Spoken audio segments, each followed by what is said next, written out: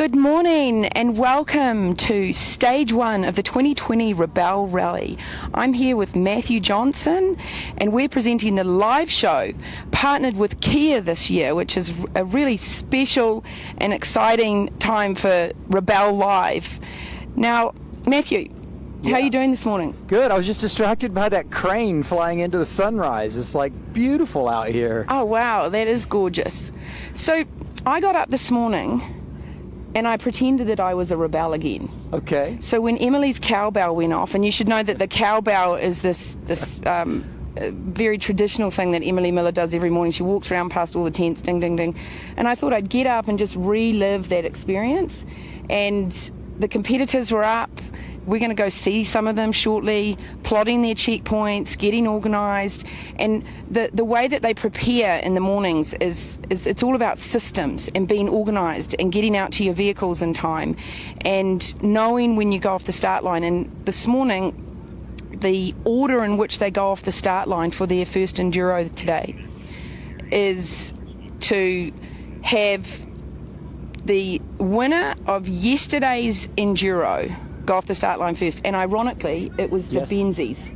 Well, we had three that all got max points on the Enduro, that's right? Correct. So the first three off the line today, Chris Benzie, Rochelle and Taylor, and is that Nina? Yeah, Nina and Tana White. All were max points yesterday on the on-time Enduro. So they're going into an Enduro. Let's have a chat about their the competition format. Okay, yeah, let's do it.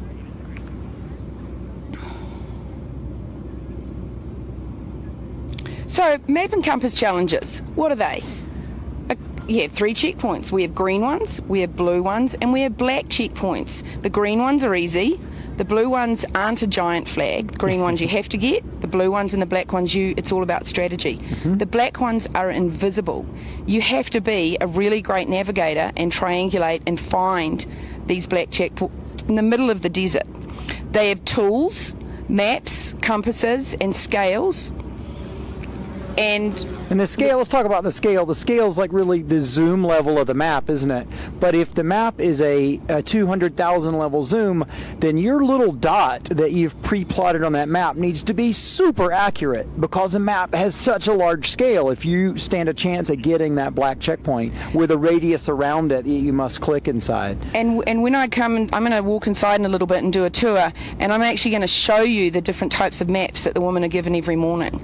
And so that's why their systems in the morning is so important, because you have to get up, get those maps and start plotting and have as much plotting done as you can before you get off the line. Look at that great shot of the start line. It's awesome. Yeah, over to the right is Parc Ferme, where the vehicles sit all night, so that competitors aren't out mucking about, working on their vehicles and that kind of stuff. They're being present and having a nice dinner each night, socializing some, and getting some rest. So today, Matthew, they're traveling 216 kilometres. There's 18 scoreable checkpoints. Yep. 4 green, 9 blue, and 5 black. And then this year we have a new component to the checkpoints. There's X checkpoints, and so there are 4 options for X. And what that means is you have a choice sometimes. I think today, do you have a checkpoint guide there, Matthew? Oh, here we go. Today, checkpoint 3 has also a 3X. So they get to choose between one black or another black. Further down during the day on checkpoint 14, it's a blue, but they can choose to do 14X, which is actually a black. And the issue with the X checkpoints is they're often double the value for the other points. So checkpoint 3, like we were saying, black, and then you can also go for the X black checkpoint. It's double the points, but it's going to be a lot harder to find. And this is not a race for speed. This is a race. It's not even a race. Emily Miller is walking towards me, and I just used the word race, and she's going to come over and slap me. This is a rally. It is not a race for speed. It's a strategy rally. We're going to have a look at some competition format graphics right now to help you understand this. Okay, so Enduro challenges. Matthew, a professional rally driver, take us through what an Enduro challenge is. Right, so half, or not half, but some of the event competition happens in these Enduros, and there are these on-time Enduros where we have to drive an average speed over a certain distance, and that's actually an on-time enduro yesterday what determined the start order today, and we have an on-time enduro pretty early this morning as well. And you want to be average speed over a distance. You've got little tulips in rally road books to follow to do that. And en route enduro is usually when the rally is trying to travel from a region to another region, and you have those same tulips, and then you're given some specific instructions at a few checkpoints to stop and do some things that might gain you some points. The map and compass part of the rally is probably 75% of it. So really the map and compass skills are you'd focus on first. We have to debate that, because yesterday, not us, I think we should have that debate with your wife about, Sure. Is it 30% map and compass, 30% driving? We should have that conversation with Chrissy Yeah, later because I've got on. my breakup of what I think. Same. Yeah. So that's going to be an interesting we'll see what Chrissy debate thinks. or conversation later on. So today we have 28 kilometres in the Enduro, and there are 3 timing controls.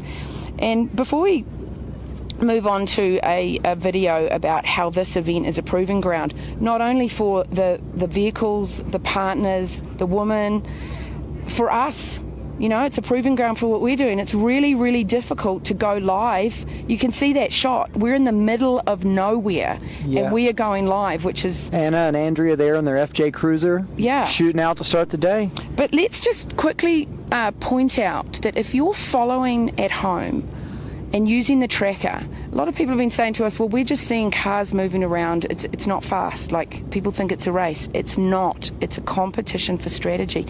And if you want to see how your loved ones are doing, or your sponsored vehicle, go onto our website, rebelrally.com, and look at the scoring. In real time, you can see how these ladies are grabbing checkpoints. Like, in short order, you'll be able to see if they're getting checkpoints as the day proceeds, and you can see where they are on the tracker. But that's one of the most important things, because Emily wants to keep it transparent. She wants you to see what's going on, and if there's an inquiry later in the day, then that'll be dealt with, and we can tell you at the tomorrow morning. Sure. But go and look in real time. If there's corrections. If you like to type it in, the fastest way to get there is simply scoring.rebelrally.com. That gets you right to the scoring page. And what you should know is that the four-wheel drive class is broken into Group A and Group B, and then our X-Cross class is Group C. But because we have so many four-wheel drives and we don't want anyone following each other around the checkpoints, they don't know what group they're in. So following another vehicle out on course is not going to be a good job for you. It's going to really put you in a bad space, especially if you've signaled at the wrong checkpoint. And mentally, you do it. It's like our muscle memory is, well, look, they're going that way. Well, we can see dust over there, and it's really hard because you start second guessing yourself. It totally messes with you, doesn't it? You're like, my plan is to go that way, and why is there so much dust over there? And the drivers sometimes will say that. They're saying, oh, look, what about over here? And the navigators are then second guessing their plotting. Oh man, the teamwork that has to happen and the patience inside the vehicle, especially as you're doing considering a lot of variables, is... I think we do quite well together. Oh yeah? Yeah, do you think we do quite well? As long as I get to drive. That's not fair. That's not fair at all. All right, let's have a little look at the Proving Ground video. Probably see a Cinto ad before that.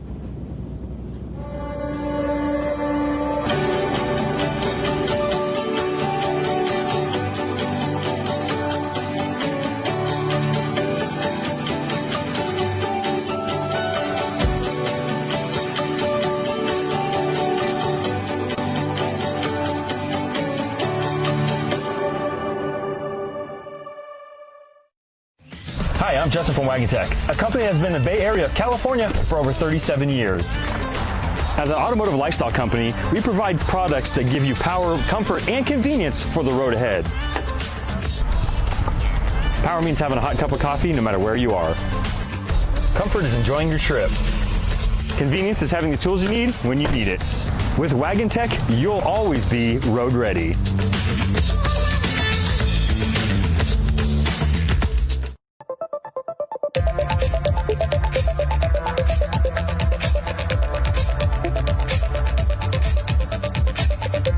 The Rebel is this incredibly unique proving ground because it's so authentic. It will throw everything it's got at a person, a product, or a vehicle and that's weather, temperature, altitude, and terrain. The Rebelle really gives people and companies a chance to try their vehicle in every type of environment that it was designed to be driven in. People don't realize that these are engineering masterpieces. Especially in the women's market, it's really important that the Rebelle is not a watered-down event. It is tough for anyone at any level. I have a lot of respect for the other women who are in stock vehicles because this is not easy. I love that it's an opportunity for ladies to get together, to challenge themselves mentally, physically. The 8 days of competition is extremely demanding. You get an opportunity to step out of your comfort zone and push yourself to the next level. The Rebelle is designed for the vehicles in our driveway, not for race cars, tube chassis vehicles. They're street legal cars that we drive every day. It was great to see the engineers at Honda really step up and say, this is where we want to test our vehicles. At Honda, everybody has such a specific expertise within the company, and so this really allows them to, get a broader vision and exposure to the vehicle as a whole rather than just their own specialized component.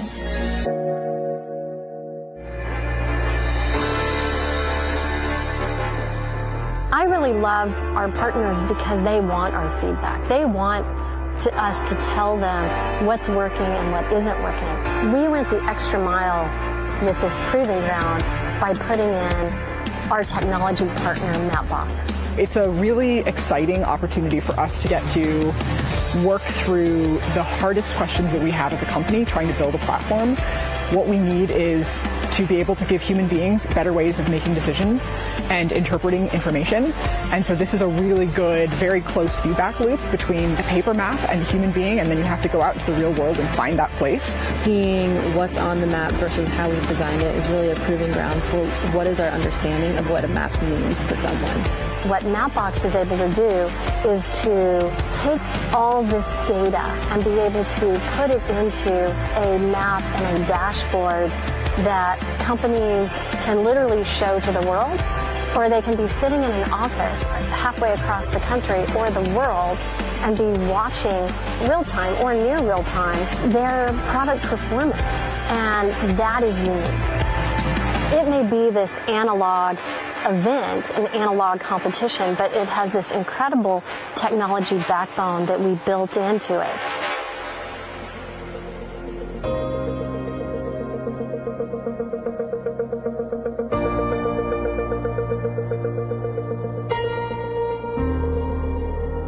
We don't say that the Rebelle is going to change your life. We just say that we've created a platform and it's your movie.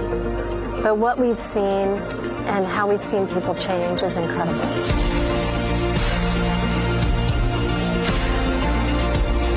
I thought I was going to come into this learning a lot about navigation and driving, and I think the biggest thing I've learned about is about teamwork and perseverance and, letting other people believe in you more than you believe in yourself until you believe in yourself as much as they do.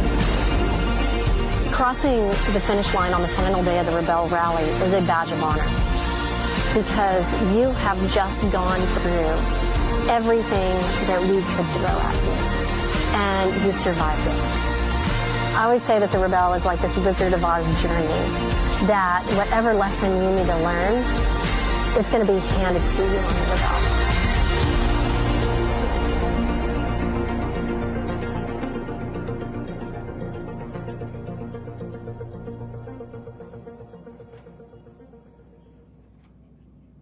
Welcome back to the 5th anniversary of the Rebelle Rally, and we are at stage 1 today. The competition is about to begin. We've already had some teams go off the start line behind me, but before we go talk to Harry on the start line, I want to take you through the preparation stage of each morning. So let's go over here, Will. We've got this team here folding their maps. How you fold your maps is a personal choice, but some people roll them, some people fold them.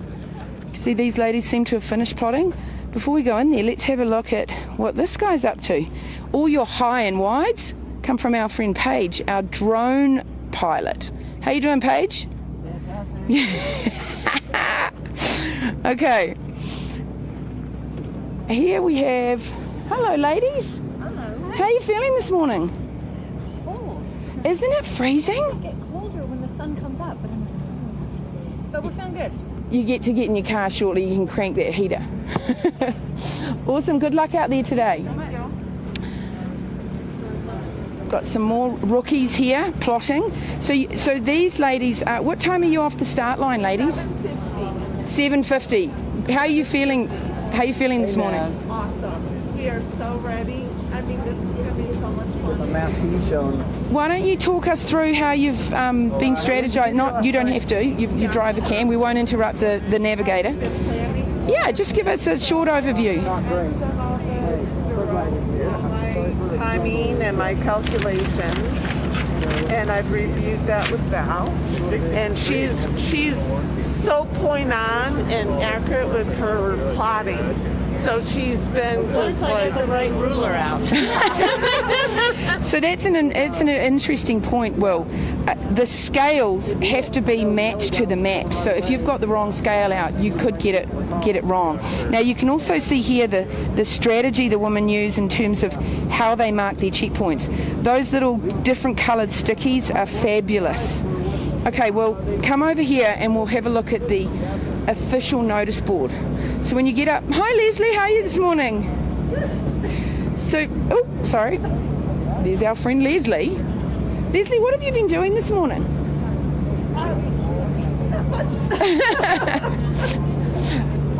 Okay. With Emily a little later to review the next couple of days. Perfect. Leslie is our resident brain.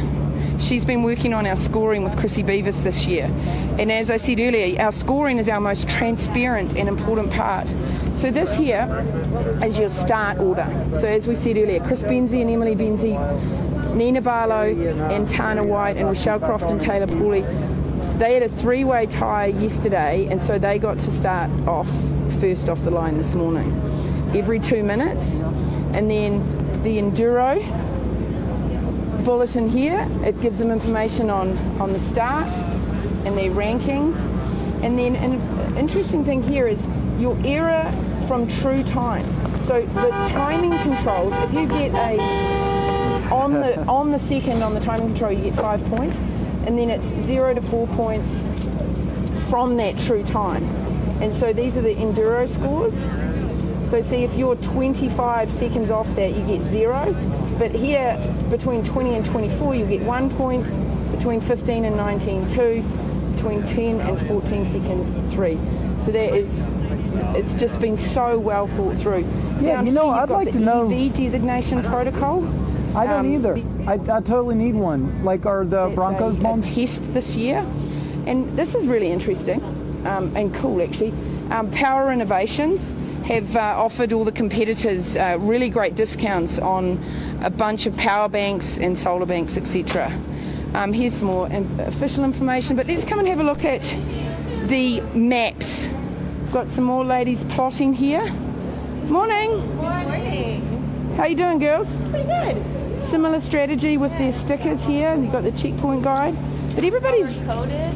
Yes. So you know which ones are greens, the flats, blues. So everyone has their own system, and I've seen the Benzies actually, who are first off the line.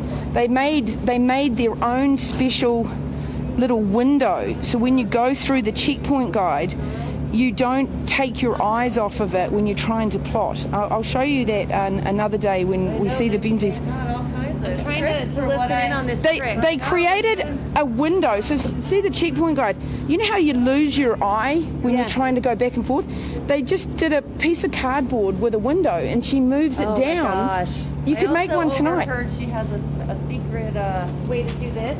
Enduro challenge map. She has her own special map. We've put a camera in her car today. Can you show it to us later? Do you know?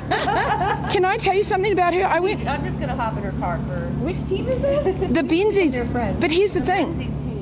We went to a training with them, and she taught every other rebel at the training. She'll happily teach you tonight. Just ask her. Yes. So let's go and have a look at these maps, Will. So just check it. See this area here? This is a 100,000 map. If you take that visual and then go over to here, it's the same thing, but you can see it's different scales. So these are the three maps. Map 1, 200,000. Map 2, 100,000. Map 3, 100,000, but a different perspective. A similar information board there, and the pink lines are highways, and then the base camps are always marked. Those red dots. Here we are. This is us right here, base camp 1, and these are the highways. So Emily will mark, and you can also see green checkpoints on here. So the green checkpoints are always on their maps, but the blues and the blacks, you know, there might be a blue here, and they're plotting with the lat longs to then put in a blue here or a black, and then they measure the distance between where the base camp is and their first checkpoint, wherever it is. And of course, with all this topography, you can't go straight. They have to then measure distance and figure out where they're going to go, whether it be a dirt road through these canyons or down here. So it's such a strategic game. So let's head back to Matthew, see what he's up to. And we're going to go and watch a few commercials first. I think it's a Chaos commercial. But first I'd like to thank Jeep. Jeep is our official media partner. And they set up, actually I'm going to go like this so you can see behind me. There you go, Will. Behind me is the media tent. Hi Ashley! And that is where all our media go and organise all their photographs. The videographers are in there, our crew's in there. Jeep sponsors us and allows us to have that space, which is really great. Thank you so much, Jeep. So let's go to some commercials and I'll go find Matthew. At Total Chaos, we believe in pushing everything to the limits and testing everything in our arsenal. We design our equipment to perform in brutal environments and some of the harshest off-road terrain. And because of that, we have been trusted to pre-run every mile of the Rebelle Rally for the last 5 years. Welcome to the chaos. Live streams have 20 times more engagement than normal video. It allows for more ad dollars, sponsorship opportunities, and most importantly, an incredible opportunity to grow your brand. In motorsports, it's crucial to keep your fans close to the action, whether that be mounting a camera directly in the car, following the coverage from the air, or setting up cameras throughout the course. LiveView takes away from the technical drama of getting a high-quality production out there, so you can focus on what you do, creating quality content. So, tell me a little bit about what you just saw there on the Chaos commercial. Yeah, that commercial was so cool. That footage was awesome, wasn't it? Yeah, so much off-road footage is so, it's just so cool. It looks like such a big playground that we have out in these massive deserts. Actually, we're going to toss over to Harry, who's walking the line now. Maybe he's going to point out a few suspension components or something. Absolutely. Hey, Harry. Thanks, Katie. This is Harry Wagner here at the start line. Day 1 of the Rebelle Rally 2020. Team Sweet Tea off the line now. Competitors have clearly been excited about the day. That vehicle competing in the 4x4 class. Now here we have a Bronco Sport competing in X-Cross. We talked a little bit about the classes yesterday, but we also have designations at the Rebelle Rally. Think of them as badges of honor. So these Fords, in addition to being an X-Cross, are also competing for the Bone Stock Award. So Bone Stock means you can change tires and wheels on a vehicle, and that's it. No suspension modifications, no aftermarket bumpers or anything like that. So Ford actually fielded 3 entries this year in the event, one of 9 manufacturers to enter vehicles. And some of the OEMs have made it a priority to get that Bone Stock Award. Others have not. I think it's really interesting. Last year, Lexus won the Bone Stock Award with the Excels, in addition to winning the 4x4 class overall. Now this year, they have a vehicle that's modified with a winch and bumpers and aftermarket suspension and things like that. So they're more after the overall victory than after Bone Stock this year. So this Jeep here of Aaron Vogel, also a Bone Stock vehicle. Fun fact, Aaron went to a dune training, had a pickup truck, saw how everyone else was doing in their Jeep Wranglers, and she went out and bought a Wrangler too. So if you don't know the name, Erin Vogel is actually a professional driver, but on paved courses, not off-road. So she's expanding her resume here at the Rebel Rally. And her Jeep is a Wrangler Rubicon. They're great bone stock. There's not much you need to do to a Rubicon because they come to the factory with things like locking differentials and a sway bar you can disconnect, which honestly, that feature, which it shares with the Power Wagon, I think is a better, more important thing than most people realize. Stand over there. A lot of people get hung up on things like the locking differentials, which are great in the rocks, but in this rough terrain we've seen here yesterday and today, the disconnecting sway bar really smooths out the terrain. It allows the vehicle to conform to these rough roads that we're encountering. They're followed by another Bronco. In the X-Cross class, there's 6 vehicles this year. A full half of the field, Ford stacked the field, half the field is Bronco Sports, so they're gunning for the title for sure. In my opinion, the ringer of those 3 is Shelby Hall. She's an original Rebel, and she's teamed with Penny Dale, another experienced Rebel. They also have a team made up of journalists, including Alana Scher. We're all going to want to read her story when it comes out. And female engineers from Ford, which I think is great. Behind her, we've got Laura Wanless in her Gladiator. Allie Curry also racing a Gladiator this year. Oh, you're going to have to take what Doc might pay. And we're going to go back to you, Katie. Let it breathe for 1 second, then you can take over and say thanks, Harry.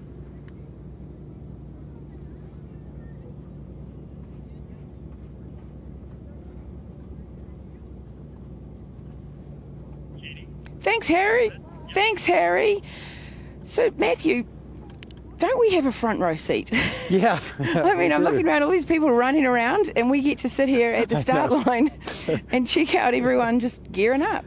So let's have a little chat about designations and go a little deeper, because it's super exciting that we have the electrified class for this sure. year. Yeah, as a new designation this year. So our longest held designation has been bone stock, and it is just like it sounds. The vehicle needs to come from the dealership equipped with stuff only that you could get at the dealership. There's no aftermarket components on the vehicle aside from wheels and tires. That's your bone stock category. Then this year we've added electrified because we have the Rivian competing, and then we have a Mitsubishi competing. That's a plug-in hybrid of an electric vehicle with like a 12 kW battery, I think. So anyway, the electrified designation, very cool. We're excited to see more of that. And by the way, Power Innovations is helping run the camp on some electricity this year as well. So anyway, moving on, our last designation, a 4030 designation. That's for vehicles that are 40 years old. It's the Historics. This year we have 1 competing, and it's a beautiful, recently restored 69 Ford Bronco. Oh, that's right. Yeah, we definitely got to get a photo of the 69 Ford Bronco beside the Bronco Sports. And remember that on day 1, that Bronco had some trouble. And lost some fuel. Yeah, fuel pipe burst right out of the gate, leaving Tahoe. And another team, the Canadians, they're rookies, their numbers, I'm not remembering, but I'll find it. They pulled up behind them. Not only did they help them, they then insisted on following them all the way to Base Camp 1, and that is a 4-hour drive. It's a long way. It's a hike. That brings in team spirit. This is a really, really difficult competition, but there's an award. If you win the Team Spirit Award, there's a cash prize to go towards the non-profit of your choice. And so, as a competitor, if you see someone in trouble, you have to make the decision whether you're going to give up some of your precious time and help them. And strategically, you can say no because you need the time, but what if you have a flat tire 2 days down the road? And you cannot accept outside assistance. No. You can't have Billy Bob driving down the highway, like wave him down from the desert and get help. It's up to you. And maybe other competitors if they'll give you a hand. Yeah. Yeah.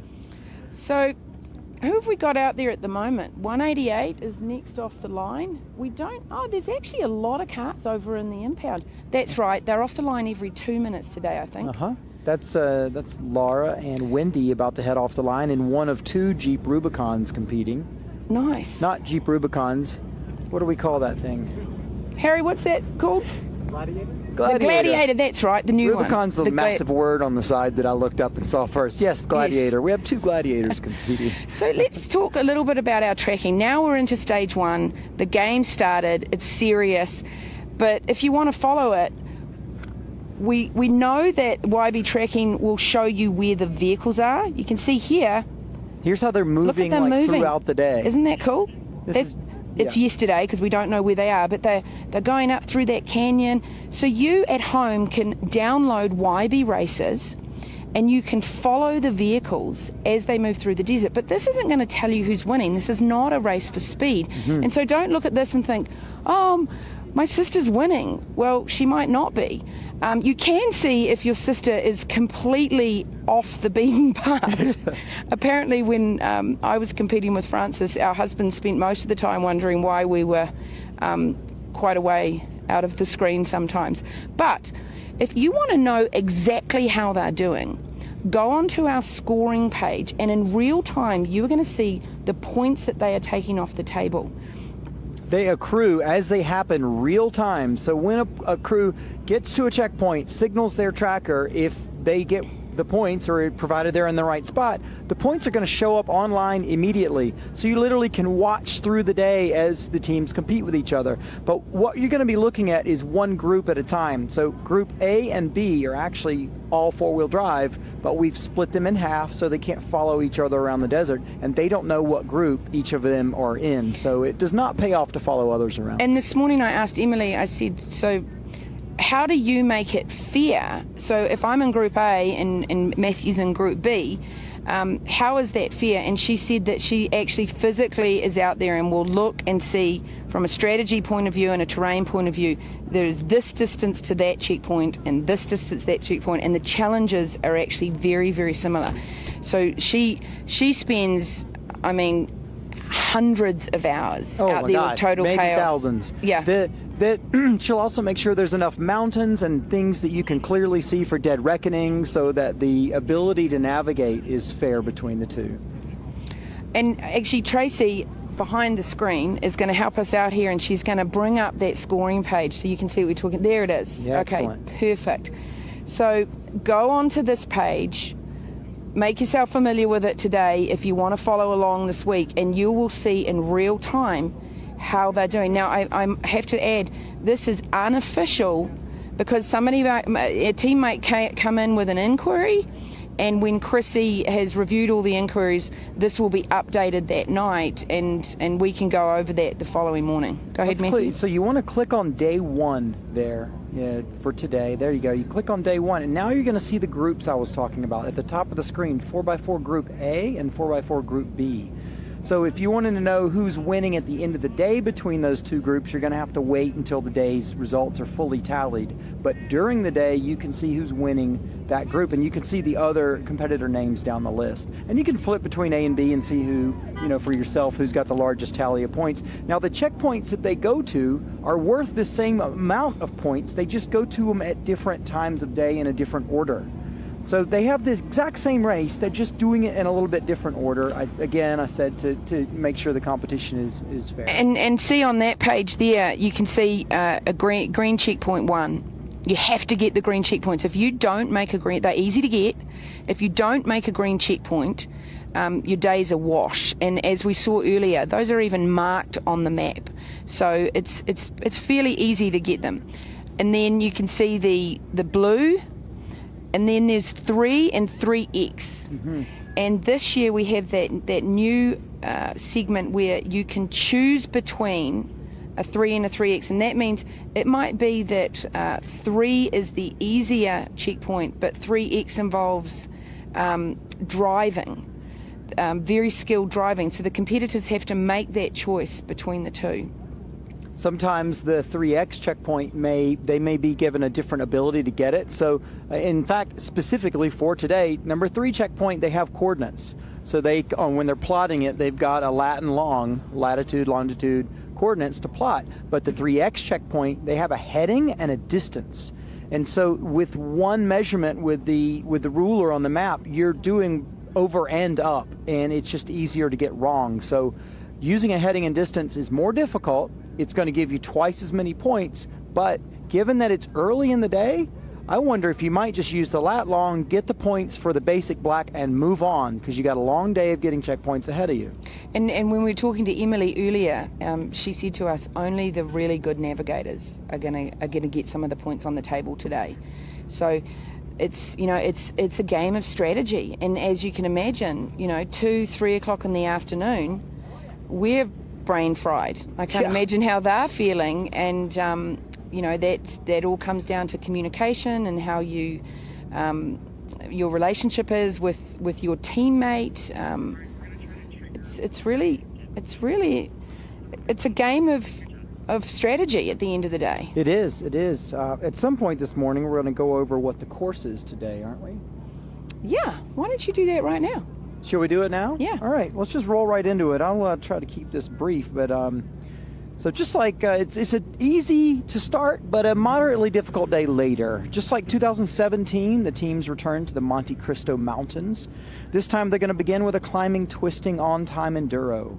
Upon finishing the Enduro, teams take off into the high desert area with a number of navigation points they can use to ensure they nail their route. But they must use their compasses to ensure they're on the right roads. The counterclockwise loop takes them onto the Kibbe dry lake bed before turning west into a fun, twisting descent to Pittsburgh mining site. The final section of the course is stunning terrain and views as the teams enter Fish Lake Valley, with epic, colorful landscapes that will distract as well as serve as helpful navigation points. The teams will return back to Base Camp 1 for their final night tonight here at Base Camp 1. And before we head back out to Harry on the start line, I want to point out that at checkpoint 14 today, the competitors will be at the epicenter of Nevada's biggest earthquake. The what center? Epicenter. Oh, stop you got it. I Epicenter. almost swore at you. So during a pre-run this year, Nicole Patel and Emily were camping on the epicenter of that earthquake. And somebody asked yesterday, did they sleep through it? I think they were like surfing on the land, woken up. I spoke to them shortly after, and they had really freaked out. So the competitors are actually going over that earthquake place. So things are quiet today. I'm not feeling any seismic issues. Let's go see what Harry's doing on the start line. Thanks, Katie. I want to shift gears a little bit now, metaphorically speaking, and talk about vehicle weight. I think that's something many teams don't consider, and specifically power to weight. So things, in my opinion, like rooftop tents, heavy steel bumpers, winches, are not something you're going to need regularly at the Rebelle Rally. If I were to compete, I would leave those items at home. Here we have a Ford Super Duty truck. It's huge, and it makes a ton of power, so the power to weight's good. I can't wait to see this team in particular get to the dunes. They've got aftermarket suspension on this. I think it'll probably soak up bumps, but I mean, it's a big, heavy truck. I would hate to get it stuck.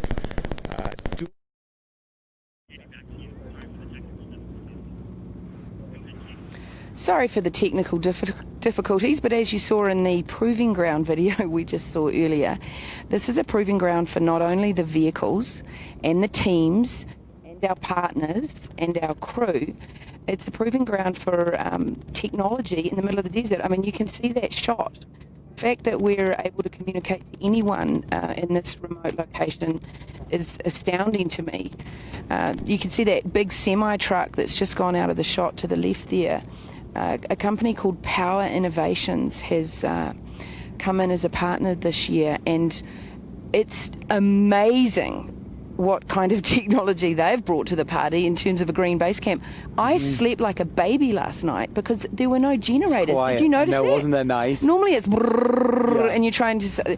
I think that sound is white noise, and I'm going to fall asleep, and it just doesn't work. Normally it's not a generator, but it's like 10. And several are going all night long, and anyway, it's a really nice breath of fresh air. I mean, we're out here in the beautiful wilderness, and it's nice not to have all the racket. So thank you, Power Innovations. And did you see when I went inside on the official notice board, they have given competitors discounts on all sorts of lights and power, solar panels. Cool. Have a look inside later on. Yeah, we'll do. It's great. So we're really excited. Can I qualify for that too?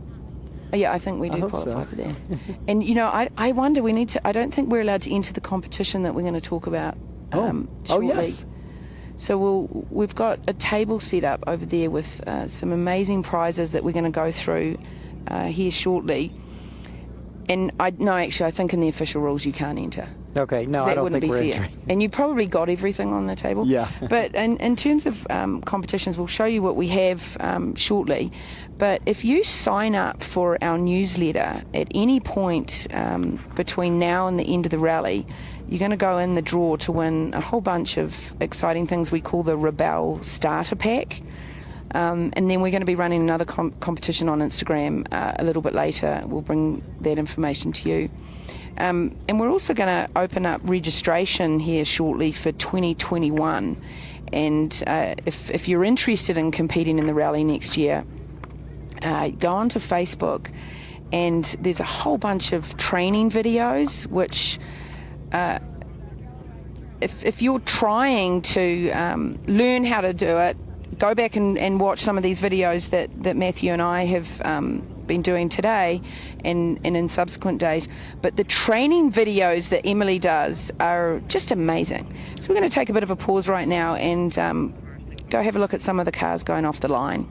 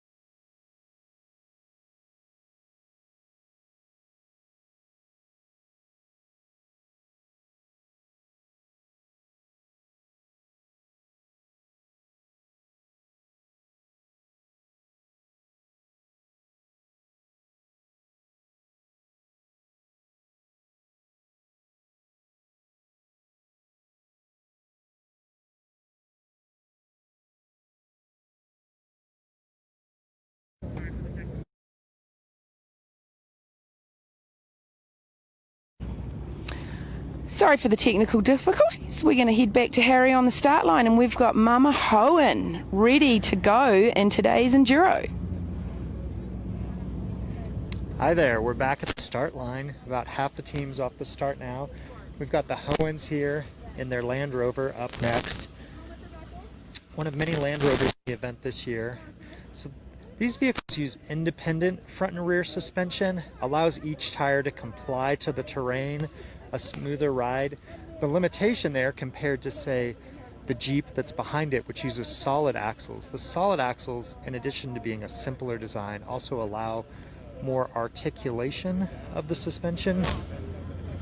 So one of the many differences between vehicles here, not just makes and models, but also the suspension design, the engines, and a lot of mechanical aspects. Behind them, we've got Nina Barlow. Oh, that's not Nina, that's the other actually Power Wagon. So 2 Power Wagons in the event this year. That's a truck that's relatively heavy. I think weight is a consideration that many teams don't necessarily take into account. Particularly in the dunes, better power to weight is always a better thing. There's an upper limit to the weight that you want of your vehicle, particularly when you have to recover it. These new Jeeps, like this LJ here, Team 139, they used a lot of aluminum construction. So Jeep, like many manufacturers, Ford and others, have done that in order to shed weight. These vehicles actually weigh 700 pounds less than the outgoing model due to lightweight steel hoods and other components. And while they're doing that to increase the fuel economy, which is important to all of us, that factor also will help in performance in terms of how well the suspension works and how well they work in the dunes. It's also that much less weight you have to worry about digging out should it get caught in the sand. Power Wagons, this is the other end of the spectrum. These are just about as heavy a vehicle as you can get out here. And I think a tank analogy makes a lot of sense. These are vehicles that come from the factory with a winch. They come with locking differentials. It's a 3/4 ton full-size truck, solid axles, and we've never seen any reliability issues out of any of the Ram trucks that have competed in this event in the past, and I think that's no mistake. But fatigue starts to be a factor when you're driving a big vehicle. Visibility can be somewhat limiting factor when you're in tight technical terrain that we'll get to when we get down to Johnson Valley OHV area, and those CPs that they're hunting for start to be a little more technical. Behind them, we've got another Land Rover product. This is an older one, a Discovery, super popular vehicle. It harkens back to the Camel Trophy sort of days, and these were relatively simple. I'll be honest, I'm going to show my bias, but Land Rover not exactly known for their reliability, particularly with electronics. There's plenty of jokes about the British and their electronics, but this team and all the others out here haven't had an issue so far, and hopefully they won't. If they do, I'm sure you've already noted, we've got a full group of professional mechanics that come along with us to help the teams out along the way with any issues they have. But I don't want people to think you can just drop the keys off and they'll do a full service. The teams are required to stay with their vehicle while it's being repaired. And what we've seen over the past 5 years is that these teams are getting more competitive, they're getting more experience, and they're taking better care of their vehicles. They need less maintenance than they did on year 1 and year 2. Now, the Kia Telluride is a great entry in the X-Cross class. I'm really excited about this vehicle. I see them all over the place. They've been a big hit for Kia, and a little bigger. I think of Kia as being a relatively small vehicle. This is bigger, it has more luxury features, and really the ground clearance is quite good, the tire size is good. I'm excited to see how this vehicle does out there this year in the event. Sabrina won the X-Cross class in year 1, so I think that she has a real good shot of repeating this year, but those trio Bronco Sports aren't going to make that easy on her for sure.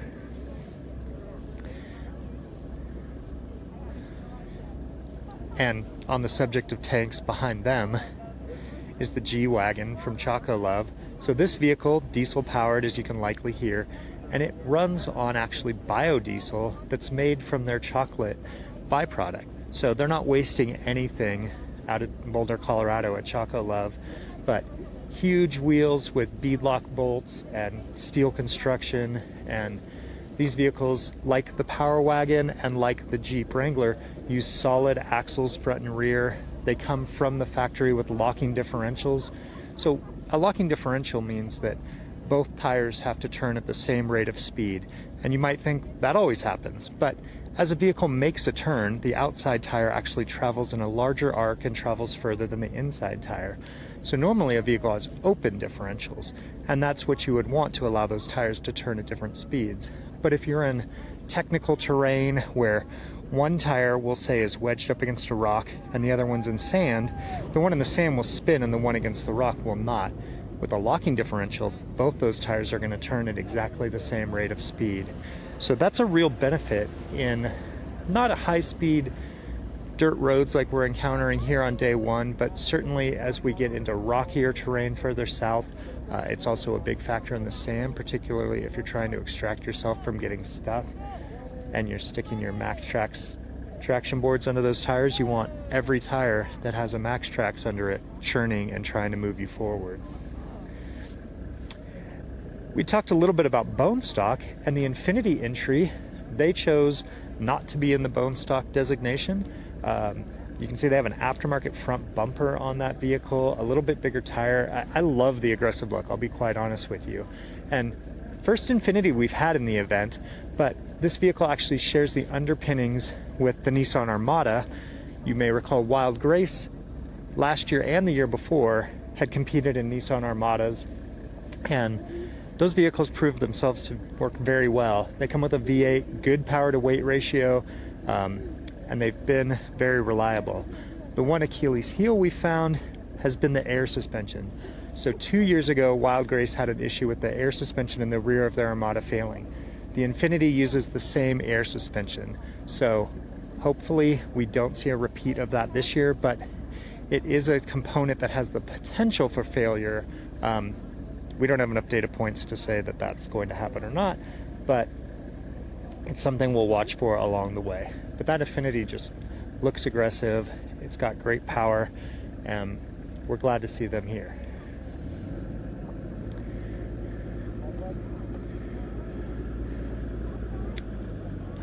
I think we're going to go back to you now, Katie. That's it. That's Harry from the line. Wow, thank you so much, Harry. Doesn't Harry Wagner know his stuff? I'm sitting here looking at these cars going, wow, that new Kia is just a really great looking car. But he understands all of the tech side of it, which is just such a rich part of this year's live show. Thank you so much, Harry. Isn't this a great spot? I mean, we are seeing everything as it happens here, Matthew. Who have we got coming up? 142, the Affinity. That's Nicole and Alice. Yeah, they did some dunes training I was helping with. When we talk about Rebel U and some of the training we offer when we're not competing, they were part of some a few weeks ago down in Ridgecrest, actually. If you're interested in training and learning how to rebel, have a look at our website. Emily's training events are phenomenal, and you can learn how to dune drive. You can learn how to drive. Speaking of, sorry, just to throw this in there, since our sponsor here for our live show is Kia, Kia's car is leaving the start line here, the Telluride, with and it's such a great looking car, isn't it? Sabrina and Alyssa there. Alyssa in the driver's seat, Sabrina navigating. I heard a little bit about their Enduro yesterday. And some of Sabrina's struggles to understand how her stopwatch worked. But now that she's got that underhand, she's ready to begin the rally. That's another good reason to have that prologue day. Dial it all Let in. Everybody kind of figure out what they don't know and get their offices sorted. The lesson learned yesterday for a lot of the teams that we spoke to was you can't rely on one thing. And a lot of teams went back to their own vehicle Odo versus the Terra Trips because they're hard to rely on. Sure. And some competitors, Rebels that have competed in earlier years said that this particular prologue was especially good because it didn't have a long transit, and they could really blow out the cobwebs, and it actually felt like a day of competing. And here we've got 124. Christian. Choco Love. Yeah, Choco Love. Yeah. That vehicle is almost all recycled. They said they were having trouble with the biofuel, which happens. But, she said we're so proud that this vehicle is almost all recycled. Interesting. So it's a Mercedes-Benz 350D diesel, and it's G-Wagon style. It sounds cool. It does sound. if you like the sound of fairly unmuffled turbo diesel motors, especially old ones like that, which I do, it sounds so cool. And then we've got 207. What's that? 207. That's Mitsubishi. Yeah, that's the PHEV. Yeah, the plug-in hybrid electric vehicle from Mitsubishi. That Power Innovations is also supporting and charging each evening. Yes, and it's Rachel Ridenau's in there. Mm-hmm. And then we've got one of the Broncos, 203. I can't read the name. Which of the 3 Broncos is that? Got 203. I might have to do a little digging on that one. Hi, Emily. Hi, Katie. How are you doing? Good. I was just saying, we've been thinking about outlawing terra trips. Go back to our analog nature. Oh, interesting. So Emily just said, if you didn't hear, that we were just mentioning a lot of the teams were going back to their vehicle odos because you can't rely on your terra trips. And she said she might consider outlawing it. They can actually hear you on this camera. Yeah. The whole point of the rally is to be analog and to not rely on these digital technical devices. And honestly, probably one of the biggest points of stress in the rally is to actually, when your terra trip goes out. And we always tell competitors, count on it going out because it probably will. And so know how to navigate really precisely without it. And so I've really been struggling with that, and don't be surprised if you actually see us remove the terra trip from the Rebelle in the future. Not guaranteed, but potential. So if you're listening, you've just got a piece of insight from Emily that is very valuable. Get out there and start training with your vehicle Odo. Can I add a piece? No. Go ahead. Just to make it fair to Terra Trip, most of the sensors on Terra Trips these days are GPS, but we don't allow them to use the GPS. So we make them use the older way of interfacing. So it's not always a Terra Trip problem. It's the nature of our event and how the Terra Trip gets the information is a common failure point. Okay, That's fair not enough. the way the units usually function. If you just buy one and go out into the field, you usually use a GPS tracker, and they're more reliable that way. Correct. We just don't want that reliance Yes. on a device. I agree. No reliance on a device. Yeah. So on that note, let's talk about how you get into the Rebelle. And you need a starter pack, of course, and that's why we're going to run a competition to win a Rebelle starter pack. Now, Matthew and I are going to head over to the table, but first I want to tell you what the value of this pack is. You can see it right there. If you go onto our website and just sign up for our newsletter, you can go in the draw to win a pack that we're going to show you shortly worth $766.79. That's quite precise. That's a hell of a package. Let's go and that's if tax was included or not. yeah, we're not sure about tax. Okay, so let's roughly $700 we'll say. So, let's start with our Max Tracks. Okay, this is an old Max Tracks. You'll get a brand new pair. This is one. You need two. How to use the Max Tracks? If you get stuck in the sand, we'll do some demonstrations as we go down the line. You dig out behind your tire, in front of your tire, and you're basically creating a road with traction. And every Rebelle has a pair of these, or some have two pairs, and they're one of the best tools that a Rebelle can own. And I love mine.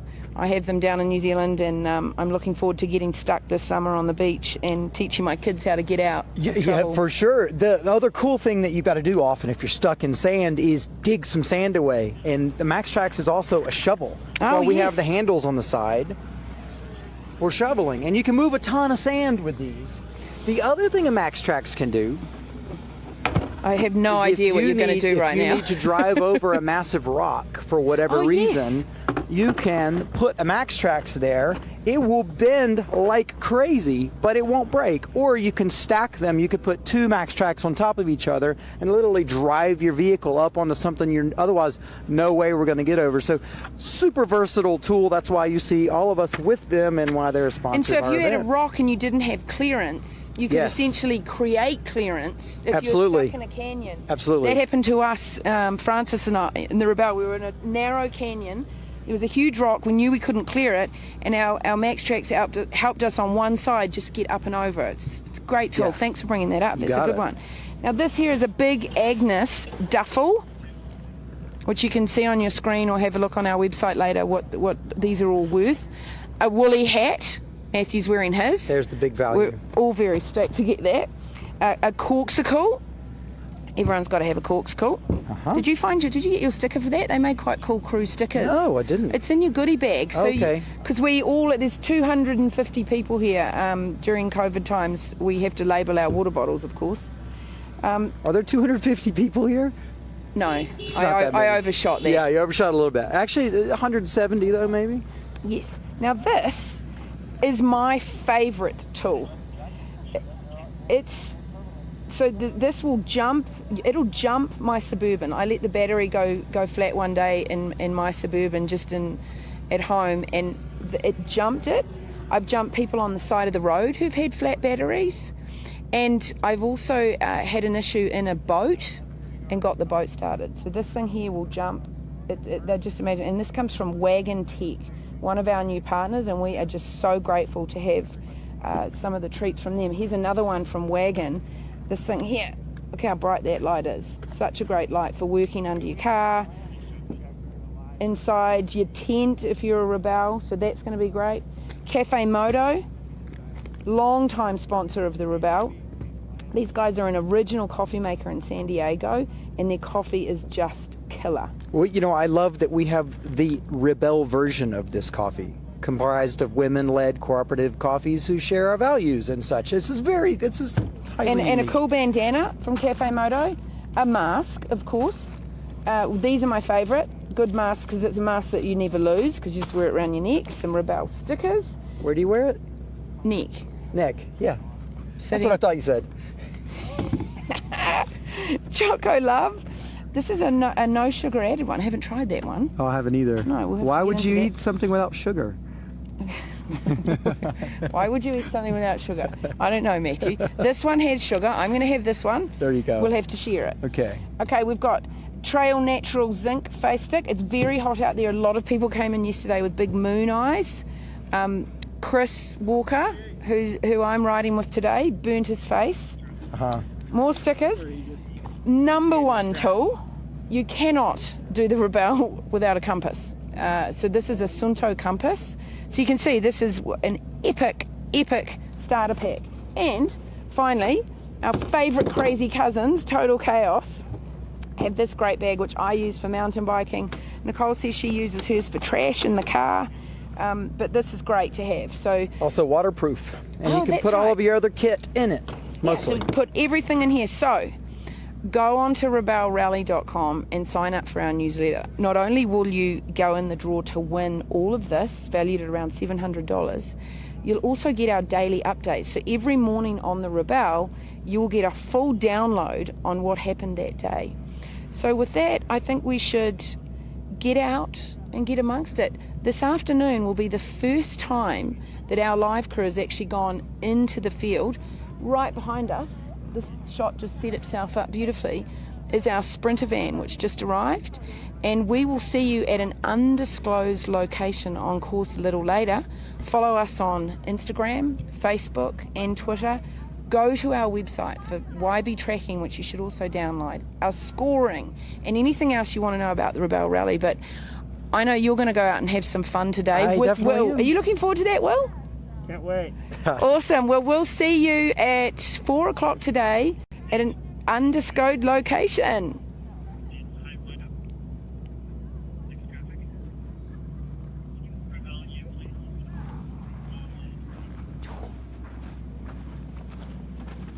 Do you mind if I...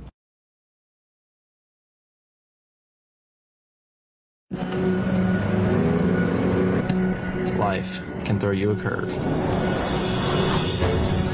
send you down.